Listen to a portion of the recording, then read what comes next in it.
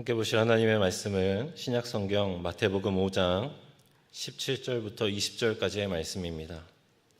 신약성경 마태복음 5장 17절부터 20절까지의 말씀입니다. 제가 가진 성경으로 신약 6페이지에 있습니다.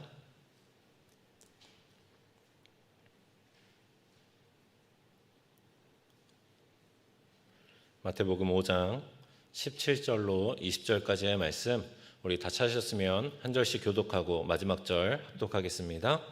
내가 율법이나 선지자를 폐하러 온 줄로 생각하지 말라. 폐하러 온 것이 아니요 완전하게 하려 함이라.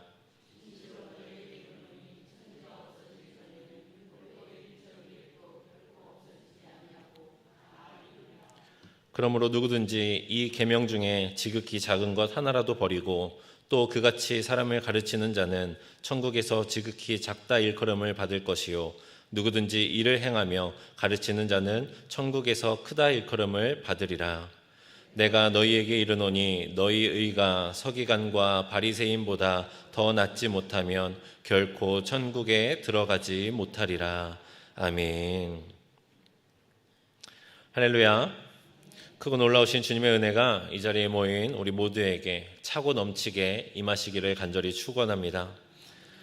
우리 옆에 계신 분들과 인사하겠습니다. 이 비를 뚫고 어떻게 오셨습니까?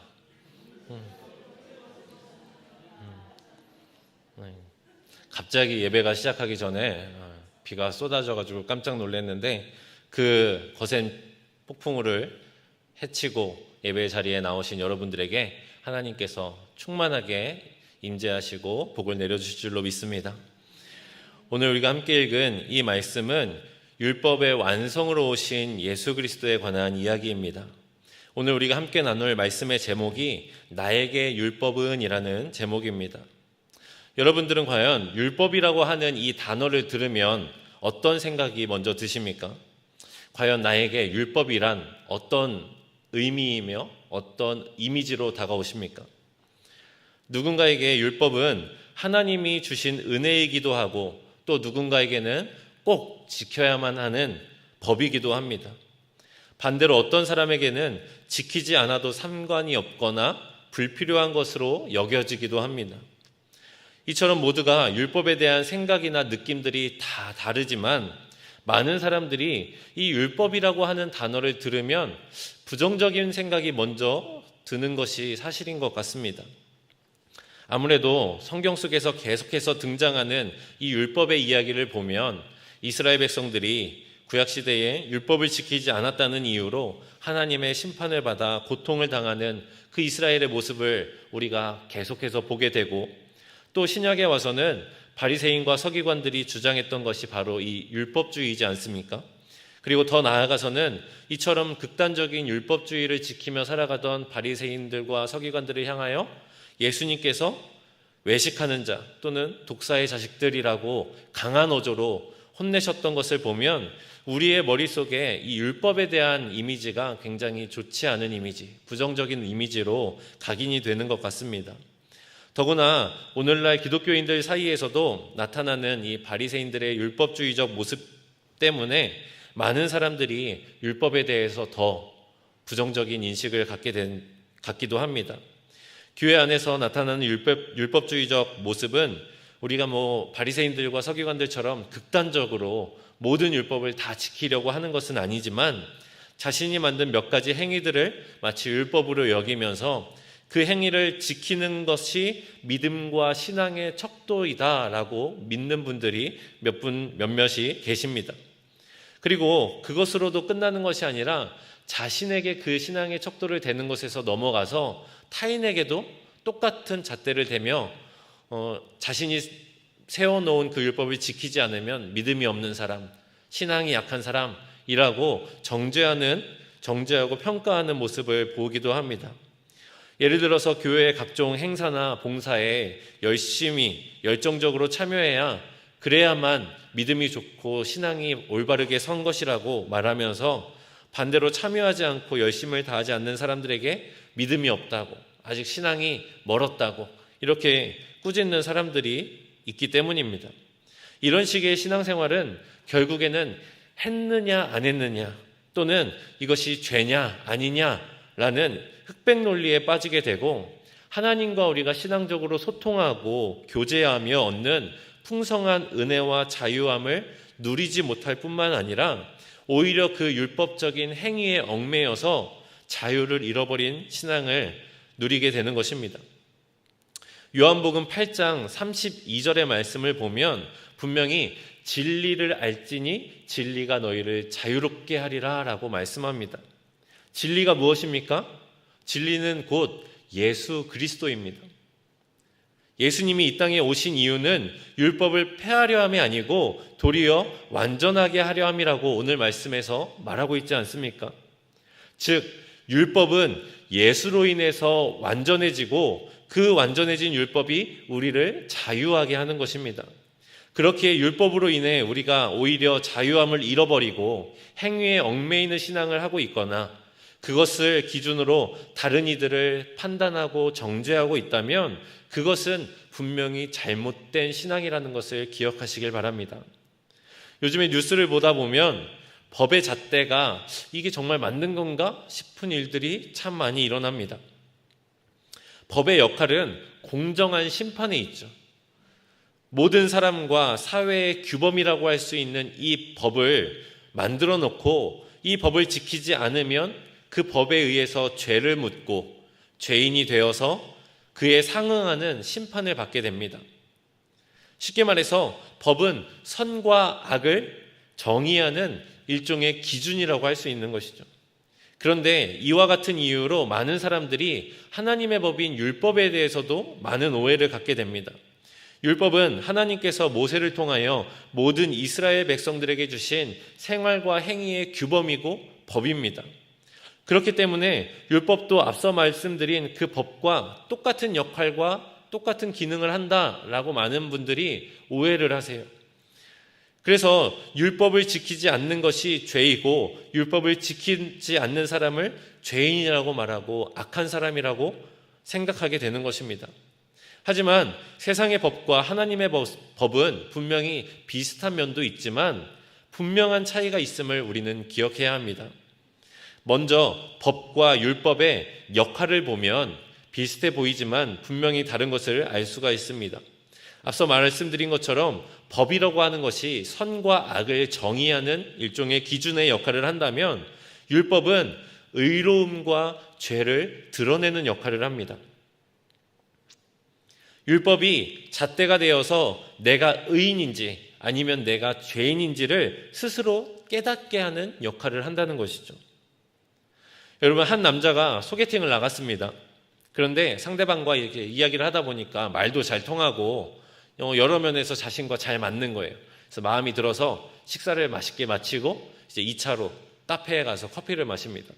그래서 커피를 마시면서 이것저것 얘기를 하고 있는데 자꾸 눈에 뭐가 들어오는 거예요. 그래서 뭔가 봤더니 이 상대 여성분이 이제 말을 하면서 웃을 때마다 이 치아에 큰 고춧가루가 하나가 눈에 띄는 겁니다. 자, 여기서 문제를 드리겠습니다, 여러분. 여러분이 과연 이 남자라면 어떻게 하시겠습니까? 자, 1번, 어디서 여자가 칠칠치 못하게 이빨에 고춧가루나 끼고 다녀 하면서 혼을 낸다. 2번, 빨리 119에 신고해야겠어요. 땡땡씨 1층에 지금 큰 불이 났거든요. 라면서 하하하 웃으며 농담을 한다. 3번, 죄송하지만 저 잠시 화장실에 좀 다녀오겠습니다 하고 화장을 고칠 시간을 준다. 몇 번일까요? 3번이죠. 혹시라도 1번, 2번을 고르셨다면 내가 연애에는 소질이 없는 사람이구나 라고 생각을 하시면 될 것 같습니다.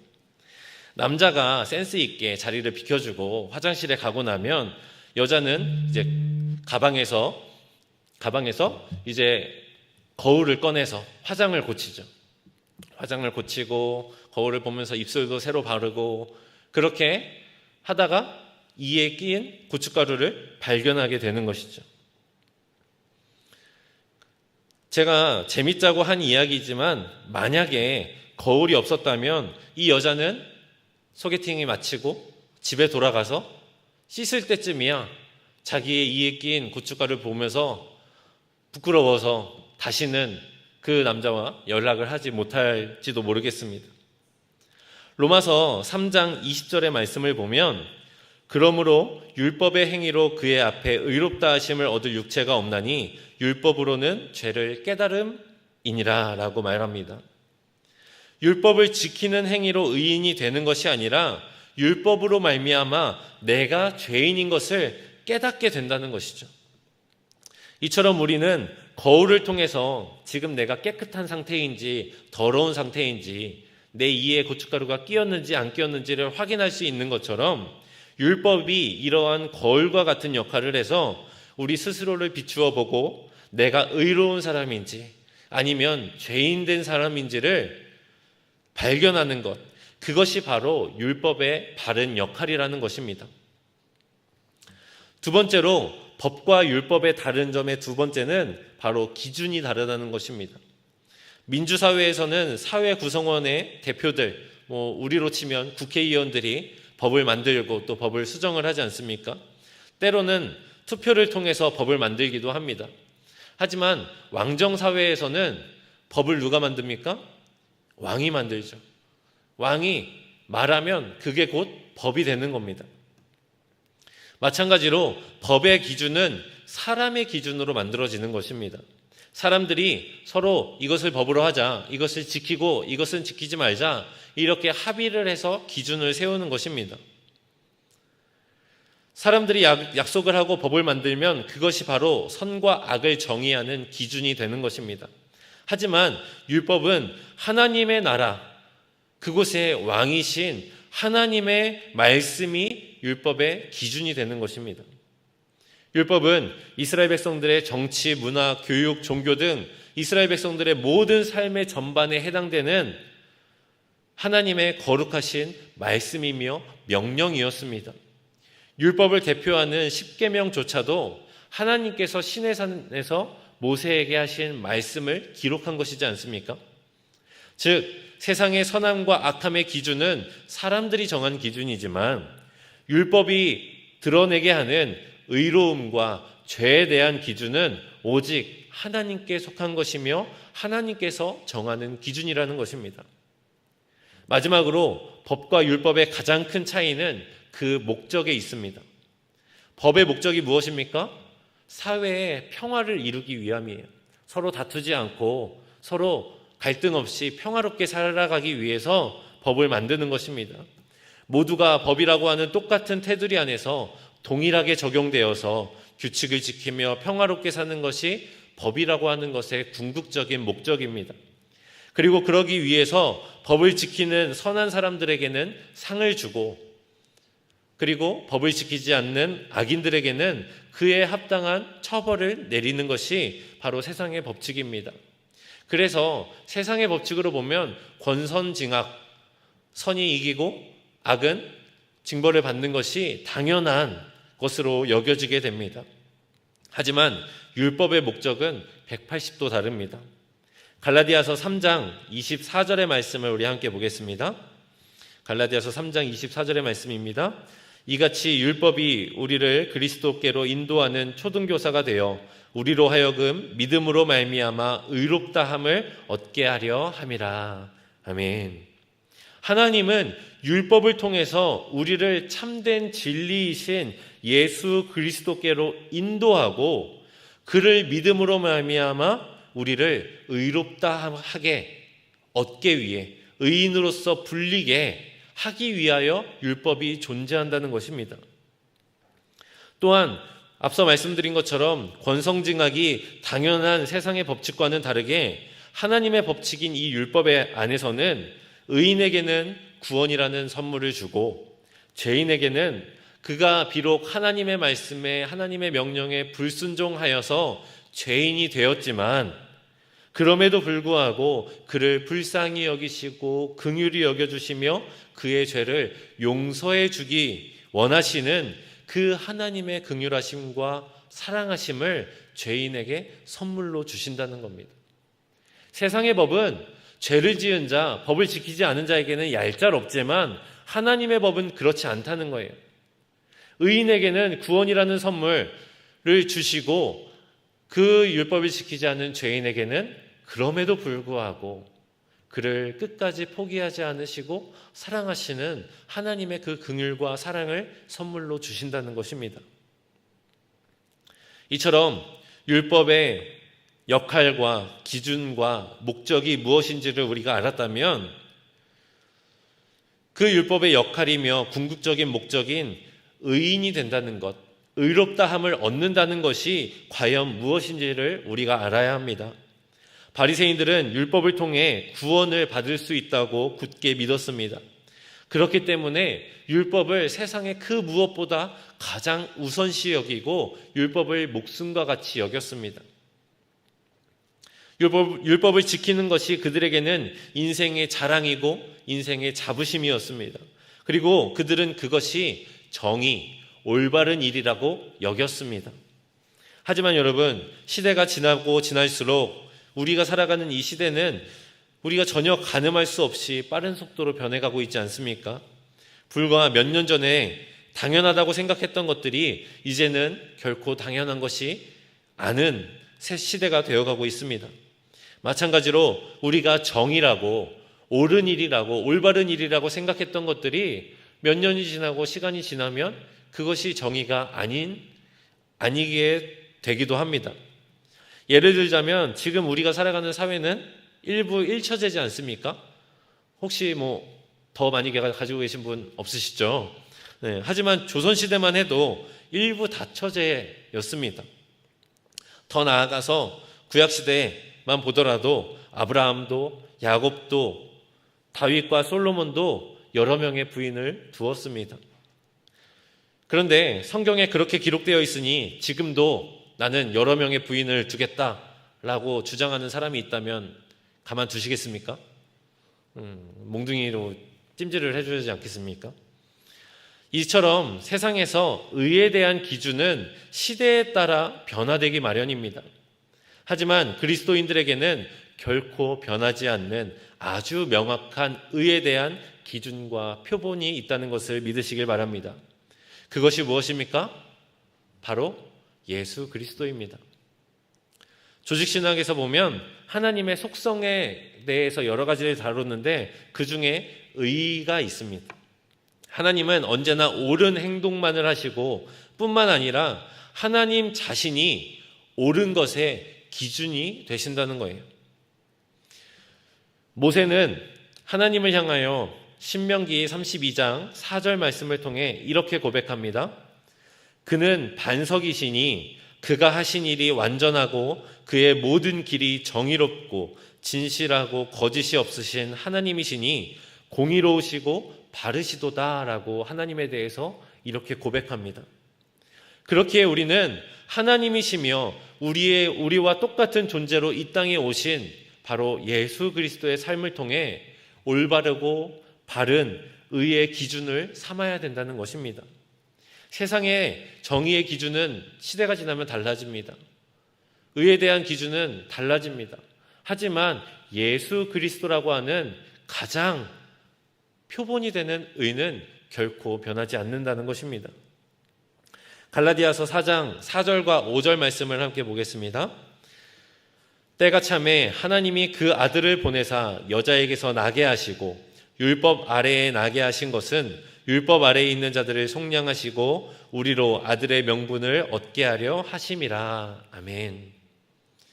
예수님은 인간의 몸으로 율법 아래에 태어나셨고 또 인생을 살아가시면서 율법을 지켜내며 살아가셨습니다. 그리고 그가 십자가의 죽으심으로 말미암아 모든 죄인들을 용서하시는 율법의 완성을 이루셨습니다. 결국 예수 그리스도는 율법의 처음이자 마침이라는 것입니다. 안식일에 병을 고치시고 안식일에 제자들이 이삭을 잘라 먹은 것으로 예수님을 향해 비난과 손가락질을 하던 바리새인과 서기관들은 자신들이 그렇게 목숨을 걸고 지키던 율법의 올바른 목적과 역할을 알지 못했습니다. 자신들이 손가락질하고 비난하던 그 사람이 자신들이 어려서부터 귀에 딱지가 않도록 들어왔던 구원자이자 메시아임을 그들은 결코 알지 못했습니다. 여러분, 사실 지금 이곳에 모인 우리들도 이 바리새인과 서기관들을 바라보며 어리석다고 생각하지만 마음 한켠엔 찝찝한 마음이 있지 않습니까? 나도 바리새인처럼, 나도 서기관들처럼 율법주의에 빠져서 그 율법으로 인해 남들을 정죄하고 판단했던 그 부끄러운 모습들이 우리 안에 있지 않습니까? 이제는 율법에서 자유해지시길 바랍니다. 율법을 가볍게 여기고 지키지 않아도 된다고 말하는 것이 결코 아닙니다. 다만 맹목적으로 율법에 얽매여서 율법주의에 빠져서 일절의 융통성 없이 살아왔던 그 어리석고 부끄러웠던 나의 삶을 이제는 걷어내고 율법의 진짜 목적과 역할을 기억하고 생각하며 그로부터 자유해지라는 것입니다. 제 기억에 저는 25살에 처음으로 술을 먹어봤습니다. 일찍부터 목회자의 꿈을 정했던 저에게 한 번도 술에 입을 대지 않았던 것은 제 인생의 자랑이었습니다. 그리고 저의 자부심이었습니다. 그리고 신학교에 가서 우연히 마트에서 만난 신학교 선배가 손에 술을 들고 있는 모습을 보면서 그 선배를 향하여 손가락질하고 비난했던 저였습니다. 그런데 어느 날 교회의 동생과 함께 밥을 먹고 이제 이야기를 나누는데 이런저런 신앙적인 고민들을 나누다가 그 동생이 저에게 자기가 다른 것은 다 됐는데 도저히 술을 못 끊겠다고 저한테 이야기를 하는 겁니다. 다른 것들은 다 하나님의 말씀대로 살려고 노력을 하는데 이 술에서만 자기가 너무나도 약해진다는 겁니다. 그렇게 자신의 어려움을 저에게 털어놓았습니다. 그런데 그때 저는 그 친구에게 한마디도 할 수가 없었습니다. 왜냐하면 저는 술을 먹어보지도 않았고 술이 어떤 맛인지도 몰랐기 때문에 그 친구가 술을 그렇게 끊고 싶어 해도 끊을 수 없는 그 마음을 공감하지 못하고 알 수가 없었기 때문입니다. 그래서 저는 그 다음날 마트에 가서 소주 한 병을 사서 늦은 밤 놀이터에 가서 혼자 한 병을 마셨습니다. 지금 생각해보면 참 어리석죠. 그 동생이 술을 끊지 못한다고 하는 게 정말 술이 맛있어서 술이 막 설탕물처럼 콜라처럼 달아서 못 끊는 게 아니었지 않습니까? 술을 먹는 그 분위기, 그 사람들과의 만남, 그것들이 좋아서 술을 못 끊는다는 거였는데 저는 그냥 술이 맛있어서 또는 그 술 취한 기분이 좋아서 술을 좋아하는구나 라고 생각을 하고 놀이터에서 소주 한 병을 그냥 때려 넣었습니다. 제가 여러분에게 말씀드리고 싶은 것이 바로 이것입니다. 술을 먹는 것이 죄다라고 말하는 것이 아니라 내가 그토록 자부하고 자랑했던 그 25년 동안 내가 입에도 대지 않았던 그 술을, 내가 만든 그 율법을, 내가 자랑하던 나의 율법을 내가 어기고 깨트릴 수 있었던 이유는 바로 나를 찾아와 나에게 자신의 어려움을 이야기했던 그 동생을 향한 진심과 그 동생을 사랑하는 마음이었던 것입니다. 로마서 13장 8절의 말씀입니다. 로마서 13장 8절의 말씀입니다. 피차 사랑의 빚 외에는 아무에게든지 아무 빚도 지지 말라. 남을 사랑하는 자는 율법을 다 이루었느니라. 아멘. 율법을 다 이루고 율법의 완성을 이루는 것은 바로 남을 사랑하는 것이라는 겁니다. 하나님이신 예수 그리스도께서 그 높은 보좌를 다 버리시고 이 땅에 오신 그 이유가 무엇이겠습니까? 바로 죄인된 나를 사랑하시기 때문 아니겠습니까? 예수님은 병들어 고통 중에 있는 자, 배고픔에 굶주린 자, 그리고 세상으로부터 천대받고 조롱받던 고아와 과부와 창녀와 같은 소외된 자들을 향한 그 애끓는 마음과 그들을 긍휼히 여기는 그 사랑의 마음으로 그 마음이 당대 최고의 신앙을 자랑하던 바리새인과 서기관들이 그렇게 자부하던 율법보다 그 사랑의 마음이 더 중요하다는 것을 예수님께서는 삶의 모습으로 보여주셨던 것입니다. 여러분, 천국은 우리가 율법을 얼마나 잘 지켰는가로 가는 곳이 아닙니다. 오늘의 말씀 19절을 보면 그러므로 누구든지 이 계명 중에 지극히 작은 것 하나라도 버리고 또 그같이 사람을 가르치는 자에게는 자는 천국에서 지극히 작다 일컬음을 받을 것이요 누구든지 이를 행하며 가르치는 자는 천국에서 크다 일컬음을 받으니라 라고 말합니다. 계명을 버리든 행하든 둘 다 천국에서 그 상급이 다를 뿐입니다. 율법을 가볍게 여겼다고 해서, 율법을 목숨을 지키고 지켰다고 해서 천국에 못 가는 게 아닙니다. 천국에 가지만 그곳에서의 상급이 다르다는 것이죠. 천국의 열쇠는 우리가 율법을 지키고 행하는 것이 아니라 하나님에게 의롭다함을 얻는 것으로 결정되는 것입니다. 그렇다면 그 의로움은 어디에서 나옵니까? 앞서 보았던 갈라디아서 3장 24절의 말씀처럼 믿음으로 말미암아 얻게 되는 것임을 기억하시길 바랍니다. 사랑하는 성도 여러분, 우리도 예수님의 모습을 본받아 살아가기를 간절히 소망합니다. 예수 그리스도께서 그 높은 보좌를 버리고 죄로 더럽혀진 보잘것없고 정말 연약하고 쓸모없는 나를 사랑하사 이 낮고 낮은 곳에 오신 그 사랑의 마음을 본받아서 우리도 남을 바라볼 때에 율법의 잣대를 대고 그들의 신앙을 평가하고 폄하하는 것이 아니라, 정죄하는 것이 아니라 그들을 예수님의 마음으로, 하나님의 사랑으로 그들을 섬기고 그들을 보살피며 그들의 삶을 들여다보고 그들의 아픔에 공감을 다하며 서로 사랑하는 것, 그것이 바로 하나님께서 우리에게 원하시는 참된 율법을 지키는 자들의 모습인 줄로 믿습니다. 여러분, 오늘 이 말씀의 제목처럼 나에게 율법은 사랑이기를 소망합니다. 나에게 율법은 예수님이기를 소망합니다. 이전까지는 율법에 얽매인 삶을 살아왔다면 이제는 그곳에서 자유하여서 예수님을 닮아 사랑으로 섬기는 복된 삶을 살아가는 저와 여러분, 그리고 천국에 가서 크다 일컬음 받으며 함께 은혜와 복을 누리는 우리 모든 신갈교회 성도님들 되시기를 주의 이름으로 간절히 축원합니다. 우리 말씀을 기억하며 기도하겠습니다. 사랑의 하나님, 감사합니다. 주님께서 우리를 사랑하신 것처럼 우리도 그 모습을 본받아 서로를 사랑하며 살아가는 자들이 되기를 간절히 소망합니다. 주님, 바리새인과 서기관들은 자신이 그렇게 자랑하던 율법으로 천국에 갈 수 있을 거라 믿었지만 천국은 율법의 행함으로가 아니라 오로지 예수 그리스도를 믿음으로 말미암아 가는 곳임을 우리가 깨닫게 하여 주시옵소서. 우리의 신앙의 연수가 오래되었다고, 나의 믿음이 강건하다고 하여서 그 율법으로 남을 정죄하고 판단하는 어리석은 자들이 되지 않게 하시고 그들의 삶의 자리를 더 들여다보며 예수님께서 고아와 과부들과 친구가 되어주셨던 것처럼 아픔 있는 자, 고통이 있는 자들의 삶의 자리로 들어가 그들과 함께하며 예수님의 사랑을 전할 수 있는 주님의 귀한 백성들 될 수 있도록 인도하여 주시옵소서. 주님께서 우리의 삶을 지키시고 인도하실 줄 믿사오며 이 모든 말씀 예수님의 이름으로 감사하며 기도하옵나이다.